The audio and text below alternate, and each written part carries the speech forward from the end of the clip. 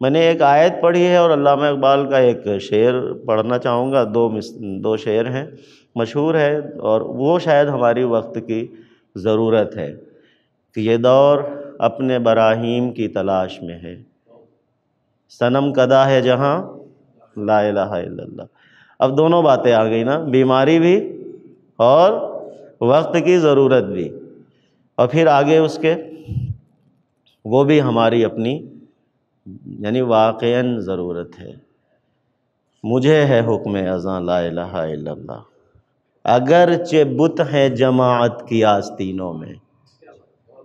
مجھے ہے حکم اذاں،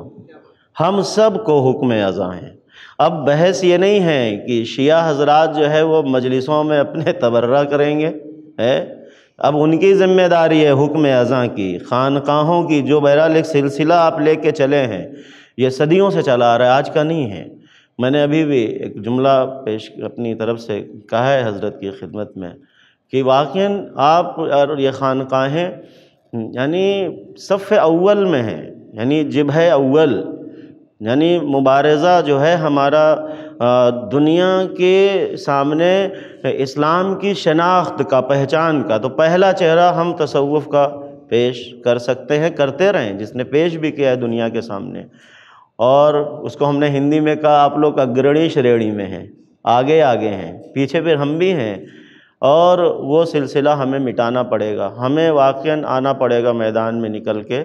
اور یہ بات کرنی پڑے گی پوری دنیا کے سامنے کہ اسلام کا چہرہ جو بتایا جا رہا ہے وہ نہیں ہے۔ جنہوں نے اسلام کا چہرہ، میں بہت آرام سے گفتگو کر رہا ہوں، جذبات میں جا کے نہیں، تھوڑا سا اپنی روش سے ہٹ کر کے، چونکہ مدرسہ ہے، آپ طالب علم ہیں، جذبات تو اندر سے پہلی موجود ہیں، کوئی ہمیں تھوڑی تحریک کرنا ہے آپ کو، چونکہ ہر طالب علم جو ہے وہ قرآن کریم، حدیث، اور یہاں پہ جہاں درس قرآن کا ہو رہا ہو تو تحریک نہیں کرنا ہے۔ عزیزان گرامی، بات یہ ہے کہ جس اسلام کو پچھلے 30-40 سال سے پروسا جا رہا ہے دنیا کے سامنے، وہ ہم نہیں ہیں۔ افسوس کا مقام یہ ہے کہ ہم نے جگہ چھوڑ دی ہے، جہاں سے ہمیں اسلام پہچنوانا تھا، ہم نے وہ سیٹ ہی دوسرے کو دے دی،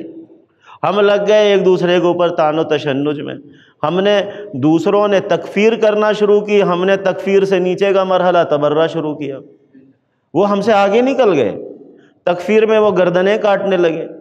وہ ذبح کرنے لگے، وہ بچوں کو مارنے لگے۔ ہم تو اپنے مدرسوں میں کہہ لیجئے، مجلسوں میں کہہ لیجئے، امام باڑے میں کہہ لیجئے، خانقاہوں میں کہہ لیجئے، ہم نے تبرہ تک ہی بات رکھی تھی، وہ آگے نکل گئے، کہا بہت اچھا پوٹینشیل ہے ان کے بیچ میں۔ یہ دیکھیں کہیں نہ کہیں سے ہم بھی قصوروار ہیں، ہمارے اوپر ذمہ داری بھی عائد ہوتی ہے، ورنہ ہم نے تکفیریوں کو موقع کیوں دیا؟ ہم پہلے ہی سے تکفیر کا قلعہ کما کر سکتے تھے، ہم نے تبرہ کے ذریعے سے راستہ فراہم کیا تکفیر کا،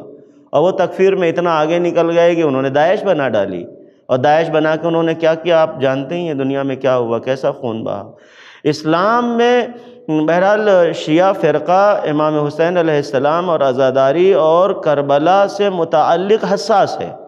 اور وہ اپنا وظیفہ سمجھتا ہے امام حسین پر رونا گریہ کرنا۔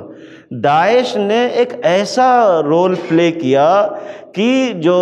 جرم و جرائم و جنایت و ارتکاب و مظالم کربلا میں ہوئے تھے، اس انداز سے داعش نے سیریا اور عراق میں جرم کا ارتکاب کیا کہ وہ مظلومیت پھیکی پڑ جائے، تاکہ کہا جائے کس حسین کے لیے تم رو رہے ہو، دیکھو آج بھی تو یہ ایسے ہی ہو رہا ہے، اور تمہاری کرنے والے ہیں۔ اور اس کے پیچھے بڑے بڑے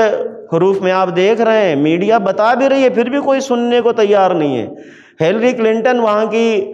سیکرٹری آف اسٹیٹ کہتی ہے کہ وی آر کریٹڈ ISIL، ہم نے بنایا ہے ISIL کو، پھر بھی دنیا گونگی بہری اندھی ہے۔ کیوں؟ اس لیے کہ ہم گونگے بہرے اندھے ہو گئے، رسالت ہمارے ذمہ تھی، ہمیں کہا گیا تھا، ہم جو اذانیں دیتے ہیں یہ رسم میں تبدیل ہو گئی ہے،